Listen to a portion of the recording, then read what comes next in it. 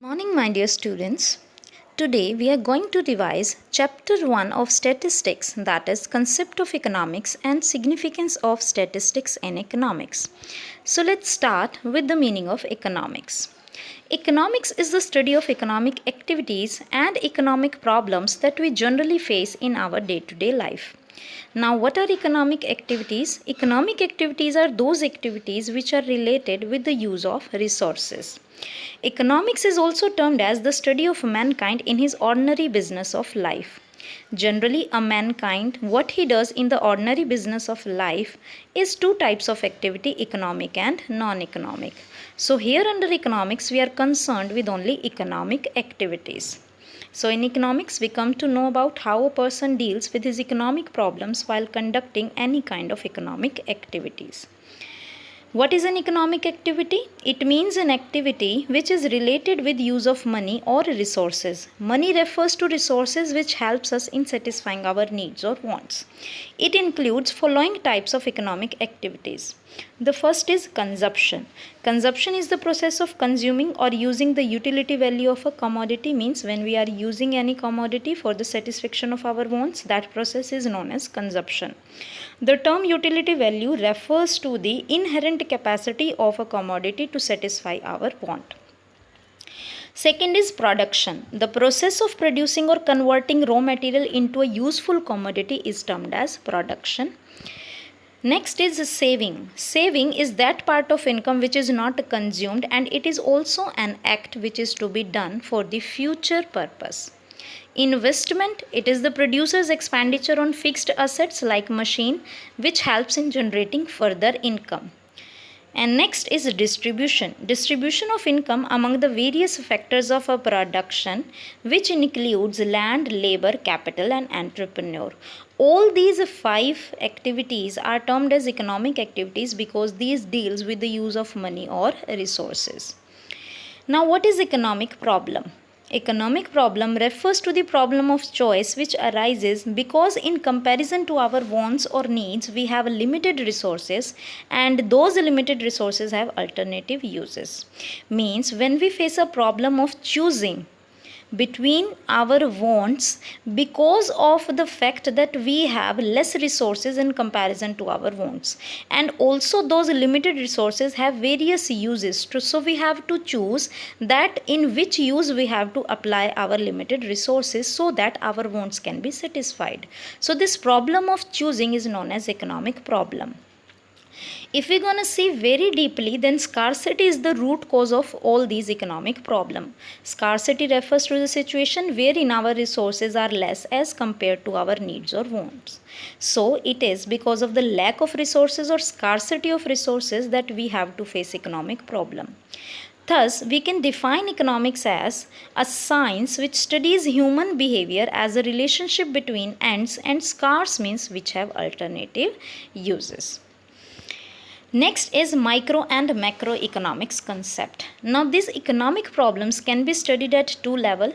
The first at the level of an individual person and second at the level of an economy or nation as a whole. So when we study economic problem at the level of an individual producer or consumer, then this branch of economics is termed as microeconomics. These economic issues at micro level are aimed at maximizing individual welfare, means these are related to only an individual person and its welfare, like a single consumer or a single producer. And when we study economic activities of all the producers in an economy or all the consumers in an economy, means not a single producer or consumer but all the consumers of all the commodities, then this branch is termed as macroeconomics. And these economic issues at macro levels are aimed at maximizing social welfare or collective welfare. Here we are not talking about an individual person, here we are talking about the whole nation. So it aimed at social welfare or collective welfare. Now the next, what do you mean by statistics? Statistics can be defined in two senses, either plural or singular. Plural sense definition of statistics is that definition which can be understood by a simple layman. It refers to the information, means here statistics refers to the information in terms of numbers or numerical data such as population statistics, employment statistics, statistics concerning public expenditure, etc. In simple words, when we are defining statistics in plural sense, it means any information which is defined in terms of number or numerical data is known as statistics. But here one must take into consideration that all numerical data does not constitute statistics. Means each and every numbers is not statistics. For example, some quantitative information relating to an individual, like you have two brothers and one sister, it is a numerical information containing numbers, two brothers and one sister, but it is not a statistics. Only the average or aggregates of data that relate to some inquiry, means like population of growth in India, or some phenomenon like inverse relation between price and demands, these kind of aggregates or averages are to be taken as statistics. If we're going to define statistics in singular sense, then it means we are defining statistics in terms of a particular statistician. It refers to the science of statistics or statistical method in the singular sense, which is very important for a statistician or economist to know. Statistics is a science of statistics or statistical method. It refers to the techniques or methods relating to collection, classification, presentation, analysis and interpretation of quantitative data.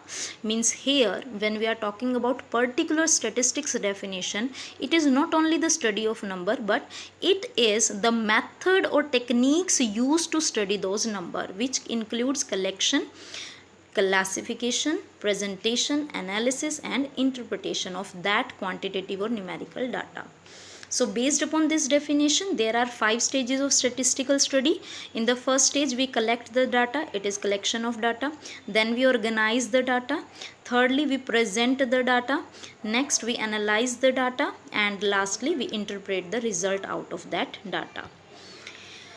Some tools are used at each and every stage of statistics. At stage 1, for collection of data, we use census and sample methods.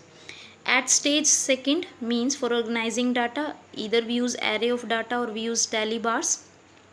Then at the third stage, for presentation of data, we use tabular or graphic or diagrammatic presentation.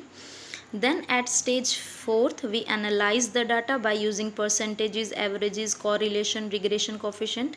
And at last, for interpretation of data, we use magnitude of percentages, averages and degree of relationship between different economic variables. Means here we define or we interpret our results by analyzing the data. Clear? So all these stages one by one we have to study in our whole statistics book. Like first, second and third stage are up to our first to 8th chapter, which we have done already, and 9th, 10th, 11th, 12th and 13th chapter, they are related to analysis and interpretation stage. Okay. Next is features of statistics. First is aggregates of facts. If we talk about statistics, it is not a single number which constitutes statistics, it is an aggregate of facts, because no conclusion can be drawn from a single number. It is only aggregate number of facts which is called statistics, as the same can be compared and conclusions can be drawn. A single number cannot be compared and no conclusion can be drawn. Like for example, the income of the father is 50,000 rupees. So it's not a statistics, it's just a number. But when we compare the income of father of 10 students, then it becomes statistics, because then we can compare the number, the one number with another number. Clear? Second, numerically expressed. Statistics include only quantitative data, numerical data and not qualitative data, means which cannot be expressed in numbers, it cannot be included in statistics.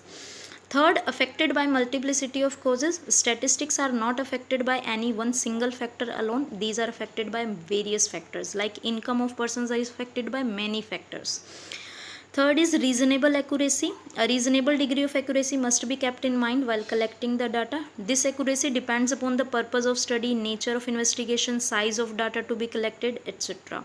Means whenever we are collecting the data, then we should keep the reasonable accuracy in our mind, that whatever the data we are collecting, they should be accurate, they should be reasonably accurate. Okay. Now the accuracy level depends upon the need of the collection. If we just want to compare one with the another, then exact or accurate data should be there, and if we just want to interpret an average, then a reasonable degree of accuracy can be required. Next is placed in relation to each other. Unless the numerical have the quality of comparison, they cannot be called statistics. Here placed in relation to each other means the quality of comparison into the numbers. Clear? For example, age of one person cannot be compared with the height of another person.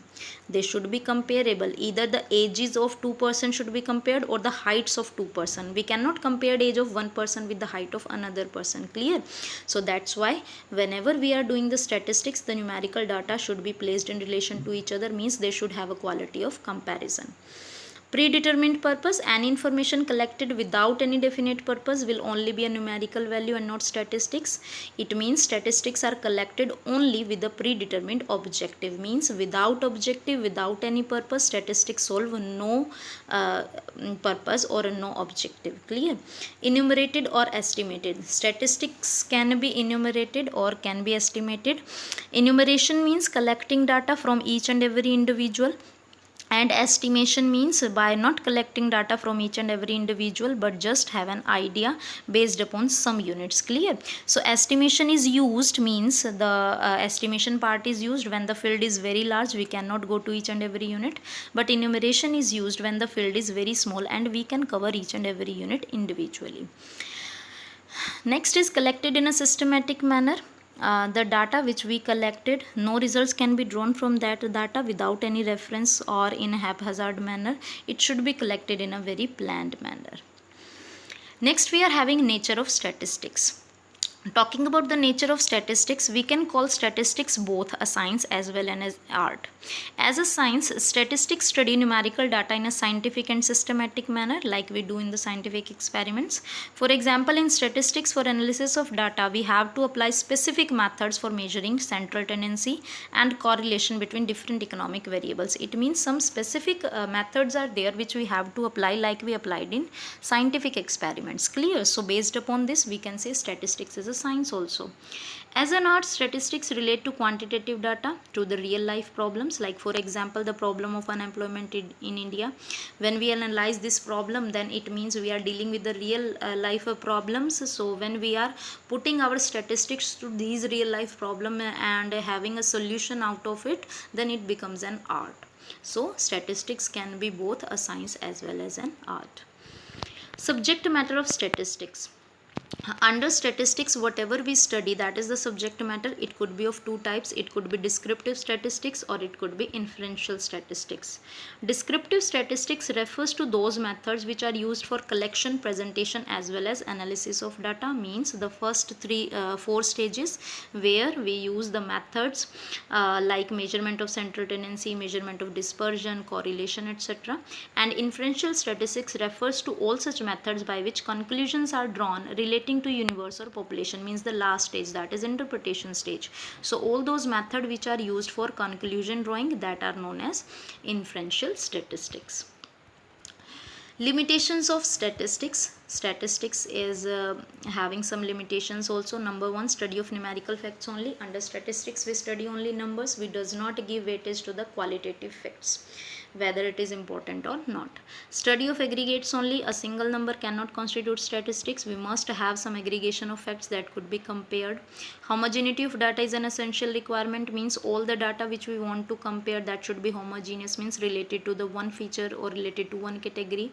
Results are true only on average basis. Whenever we are finding out results, we are finding out averages. We are not finding out the accurate results. So whatever the results we get from the statistics method, they are on the true but only on the average basis.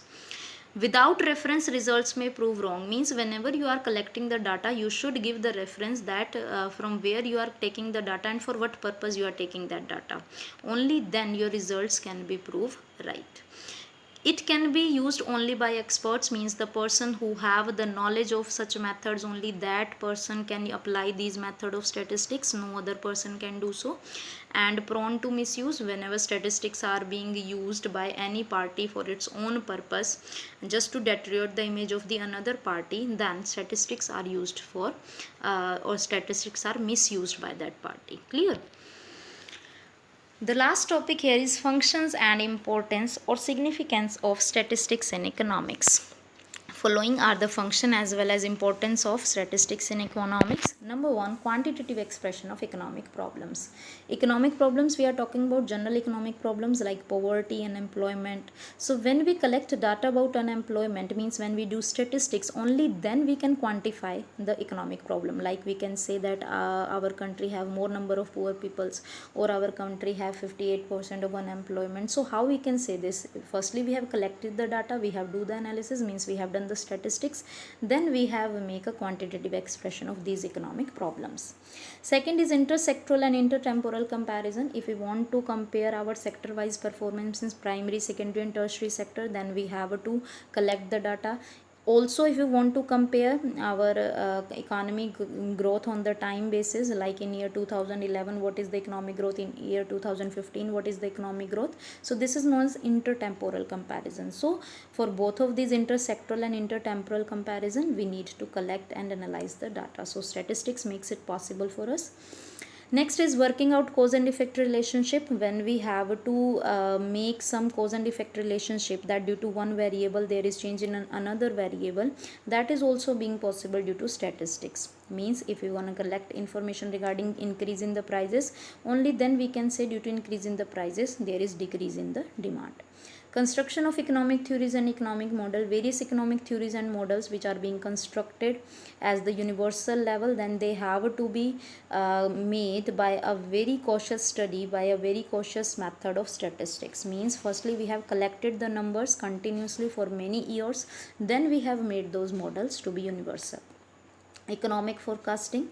If we want to do forecasting for economic growth of the country, then it can be done on the basis of the statistics which we have for the past year, and for the future we can make the forecasting. Formulation of policies. When we come to know the economic problems by statistics, then also the policy by the government is to be formulated, that which problem have to be focused more and how the resources are to be allocated. And last is economic equilibrium. Economic equilibrium is a situation where in the economy there is no inflation and deflation, means the aggregate demand is equal to aggregate supply. So the economic equilibrium means where consumers and producers both are satisfied. So when we do not have the data regarding what the consumer need at what price and what the producers are reduced sale at what price, then we cannot find out the economic equilibrium. So basically it's the statistics which helps us in doing all these functions of economics. So this is all, my dear student of chapter 1. I hope you understand the concept. Any problem you can revert back to me or contact me. Thank you so much.